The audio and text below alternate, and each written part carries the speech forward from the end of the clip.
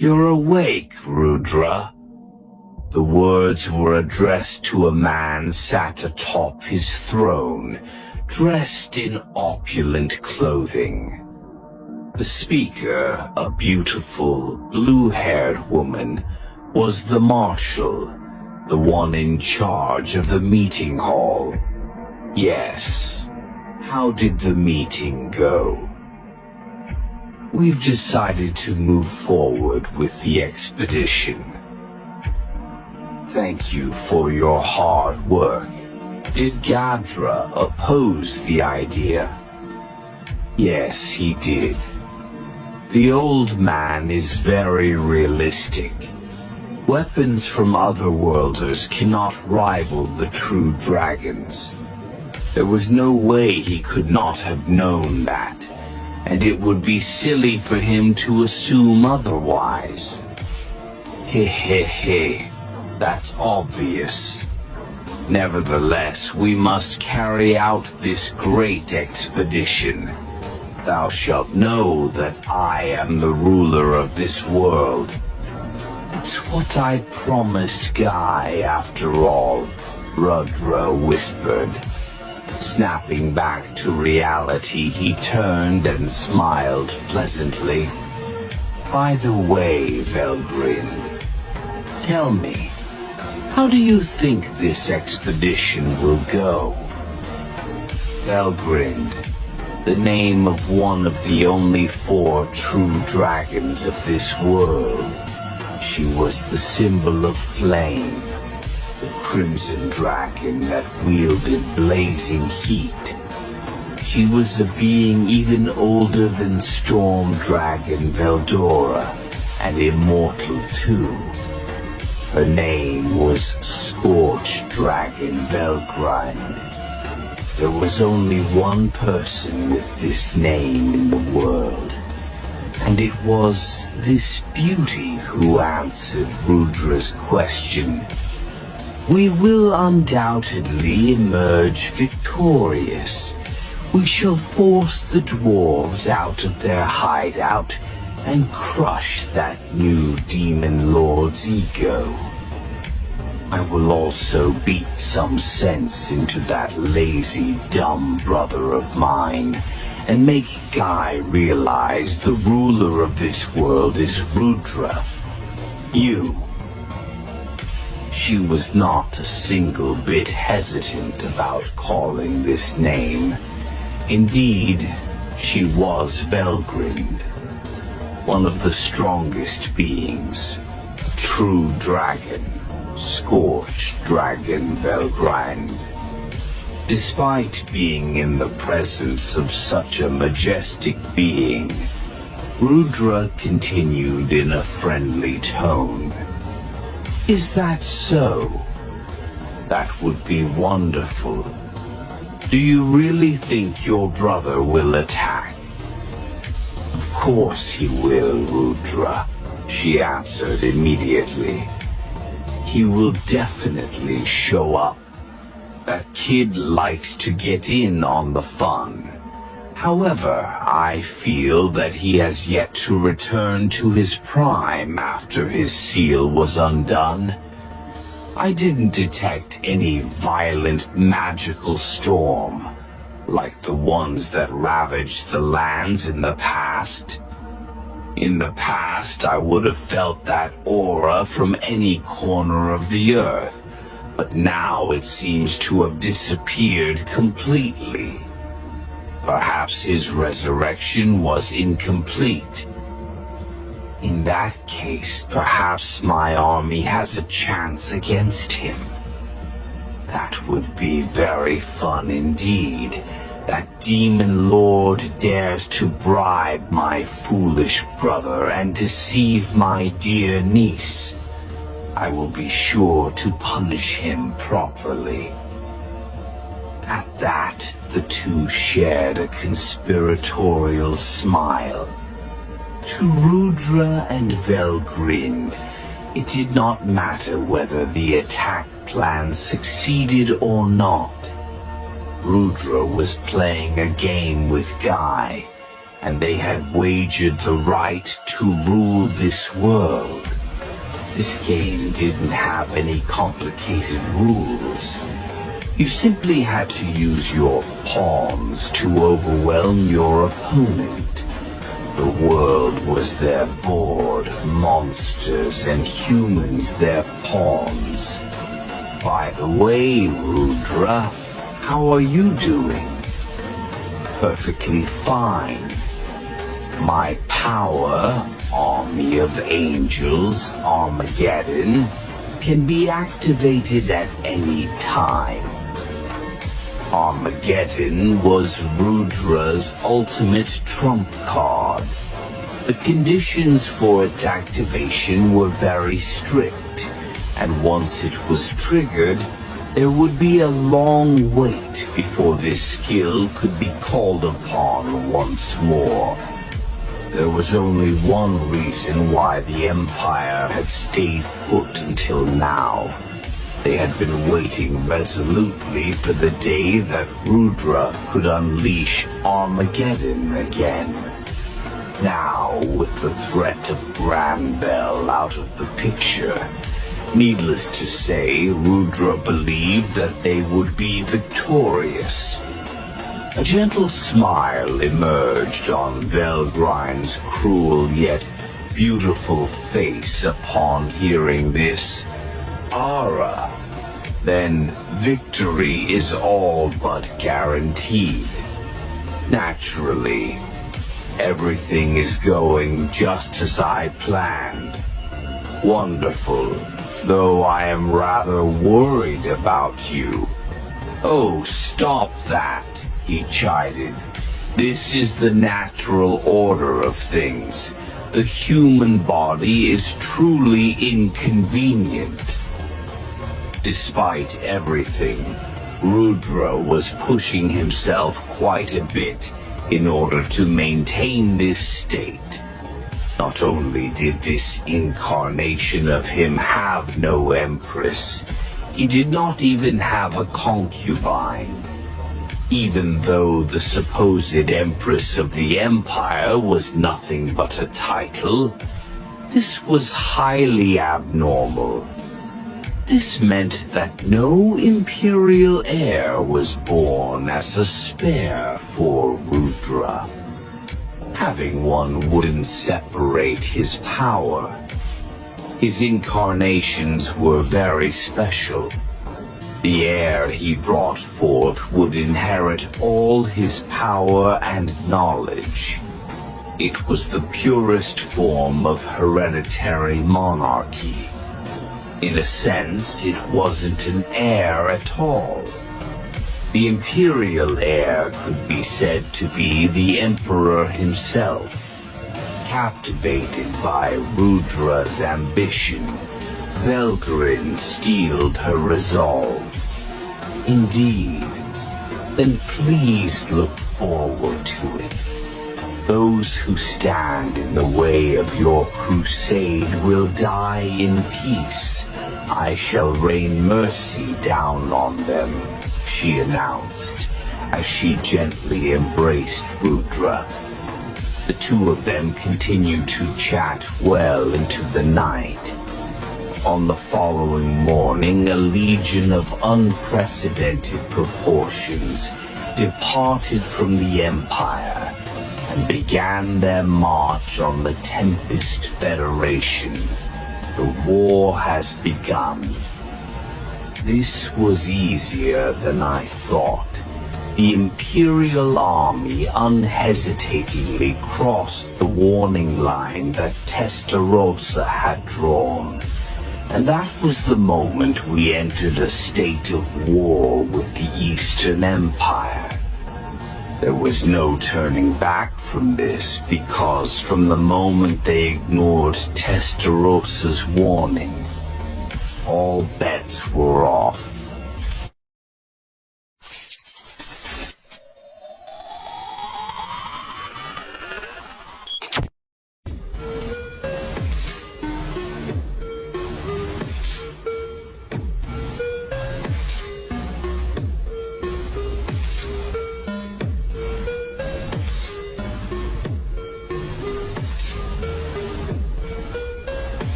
The 700,000 Imperial troops who had launched the ground assault, more than 530,000 were wiped out. It could be called nothing less than a total, utter massacre.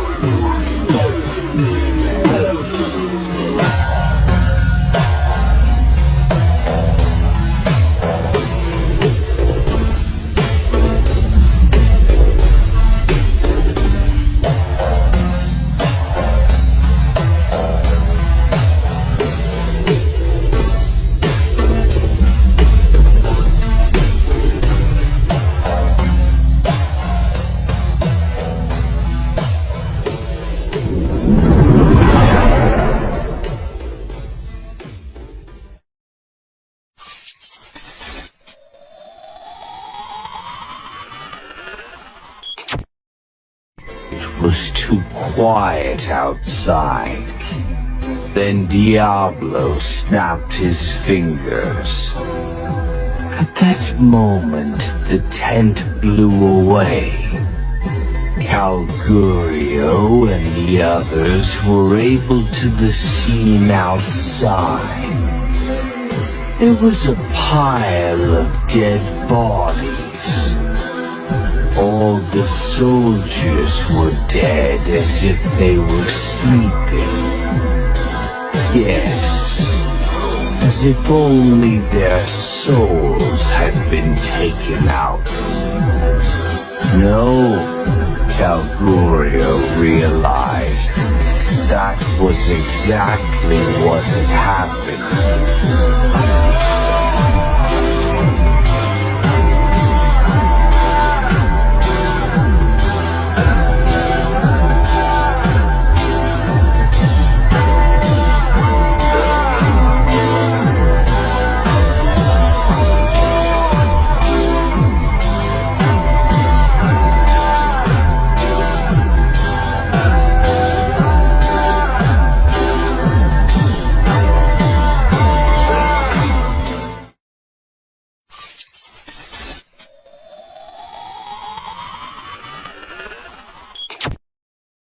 Benimaru and I were staring at the scene on the big screen. The images that had earlier been showing the labyrinth were now silent. It meant that the Imperial Army generals had died on all the other floors. The battle was over. However, the sheer content of what we had just seen was too much for words. It seems that Testarossa had challenged Zegion, but she had never been able to beat him. Well, those 3 demon girls were extraordinary, just by being able to fight against Zegion on equal terms. That was my honest impression after seeing the fight just now.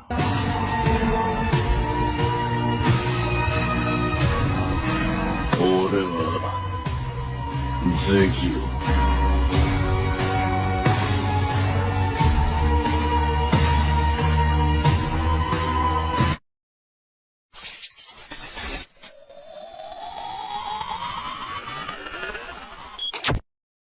After Tempest eliminated 900k soldiers from the Eastern Empire, Rimuru decided to use the souls of the soldiers to evolve his 12 most powerful warriors into demon lords. He gave each of them a title. With this showing of strength, the world decided to give him a title as well. The title was the Chaos Creator Rimuru Tempest.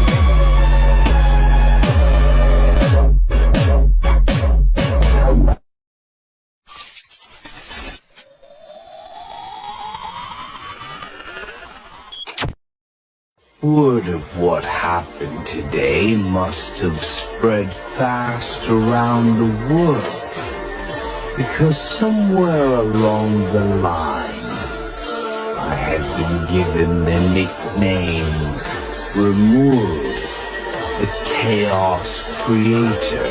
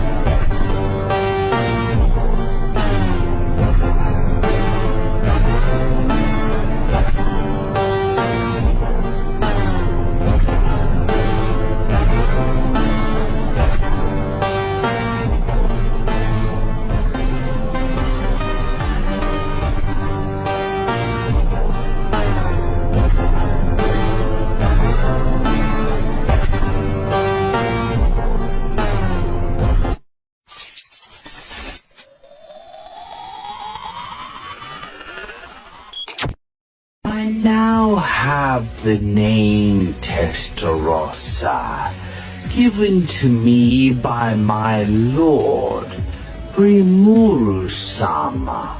I wish you would stop calling me blank.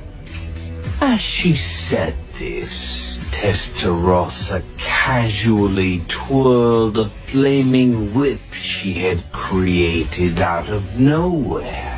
I heard about that, so it's true that the slime has been naming Primordials.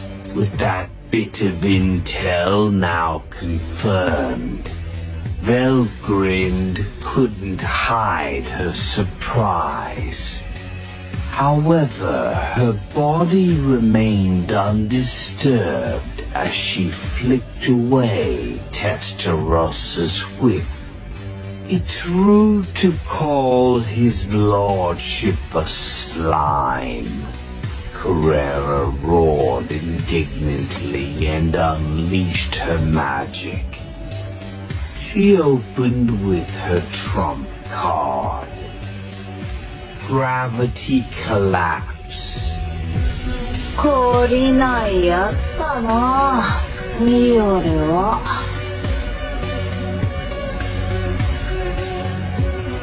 次の目はどこから出るか